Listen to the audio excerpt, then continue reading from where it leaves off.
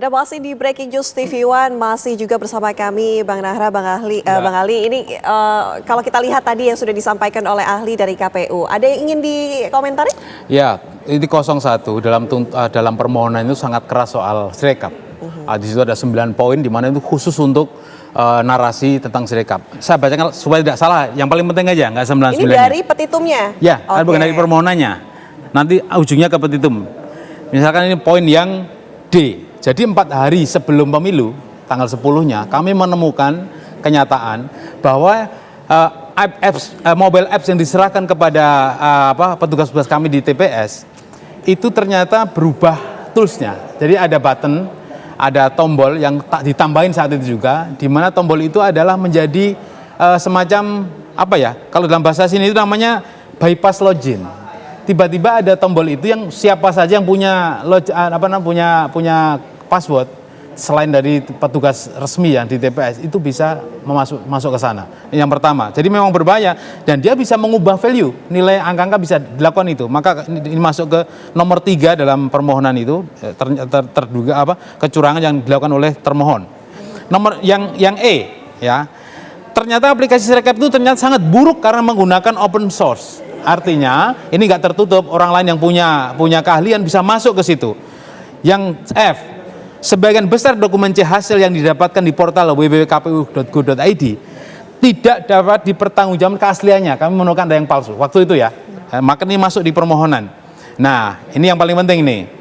Kenapa ini meskipun hanya untuk alat bantu tapi menjadikan heboh? Karena kemungkinan salah satunya ini, bahwa berdasarkan hasil forensik IT yang kami lakukan, ditemukan adanya rekayasa hasil suara justru sebelum dilakukan pencoblosan suara tanggal 14. Sudah dicoblos paslon tertentu, tumpuk-tumpuk dicoblos. Nah, yang terakhir mau saya bacakan adalah yang H ini, yang penting. Bahwa keseluruhan fakta di atas semakin memperkuat dugaan bahwa sistem Sirekap memang sengaja didesain untuk kemenangan paslon tertentu. Ini masuk dalam permohonan. Oleh karena itu, karena ini kecurangan sudah ada di mana-mana, terstruktur, ya saya tidak ngomong TSM ya, terstruktur aja lah. Maka dalam petitum itu kami tegas meminta untuk didiskualifikasi pemilu ini diadakan bukan pemilu ulang ya, PSU, beda ini. Pemungutan suara ulang. Itu bahasa yang ada di dalam undang-undang pemilu. Jadi bahasa seperti langsung itu. Tanggapi, ini melihat juga nggak ada hal-hal seperti ini tadi, ada penambahan button lah, terus yang lain-lain yang sudah disampaikan oleh Bang Nahra tadi. Ya jadi begini, saya kembali lagi sesuai dengan keilmuan saya adalah hukum. Saya juga ingin menyampaikan kepada pihak masyarakat luas di sana bahwa yang pertama soal Sirekap adalah sebagaimana aturannya PKPU ini hanya alat bantu yang fungsinya hanya untuk mempublikasi hasil penghitungan suara. Jadi buat masyarakat di luar kalau ada narasi-narasi katanya, ini juga dugaan-dugaan mereka yang memohonkan itu, Sirekap adalah alat bantu curang dan lain sebagainya. Saya katakan curangnya itu di mana?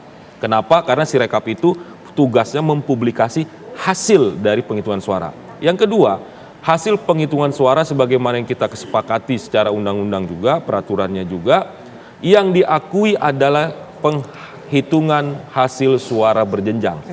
Artinya kalaupun nanti di Sirekap ada angka-angka, itu adalah hasil dari penghitungan suara yang dilakukan secara berjenjang.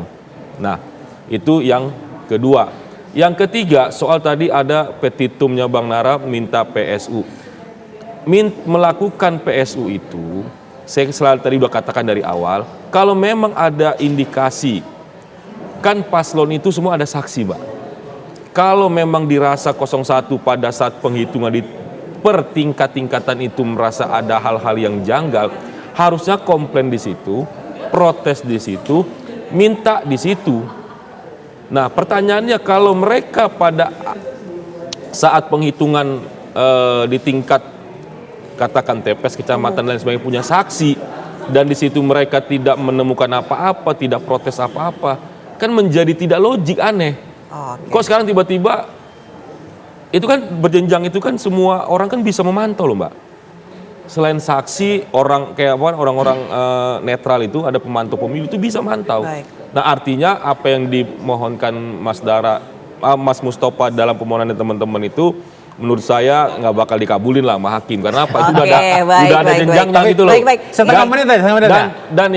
Dan yang terakhir saya ingin katakan bahwa kepada masyarakat klaim bahwa pemilu paling brutal itu juga itu sesat pikir. Karena sama-sama kita ketahui pemilu kali ini pemilu paling damai, bahkan pemilu paling sukses tidak ada kekurangan. Setengah menit ya. Oke, boleh terakhir. Jadi ini perlu diklarifikasi. Kalau beliau ini mengatakan seperti itu berarti beliau nggak tahu bahwa kecurangan itu ada 3. Sebelum pencoblosan, saat pencoblosan, dan setelah pencoblosan. Yang dikatakan Mas Saleh tadi adalah saat pencoblosan. Nah, sebelum pencoblosan ada bansos, ada ancaman, ada kalau memang gangguan ada dan klaim seterusnya. 3 kecurangan tadi, kecurangannya di mana? Udah Pada saat disampaikan. kapan? Siapa yang melakukan? Tolong dibuktikan. Lengkap Kalau dimana? tidak Mari kita dibuktikan, ikuti terus proses kalau kata persidangannya Pak Prabowo seperti adalah apa, omon-omon. Bapak-bapak. Terima kasih sudah hadir di Breaking News TV One. Pemirsa, kami akan jeda terlebih dahulu. Saya jeda, kami kembali dengan ada narasumber kita sudah ada di gedung MK, Fahri Bahmid, tim hukum Prabowo Gibran, dan juga Vincentius Mendo, tim hukum dari Ganjar Mahfud. Sesaat lagi.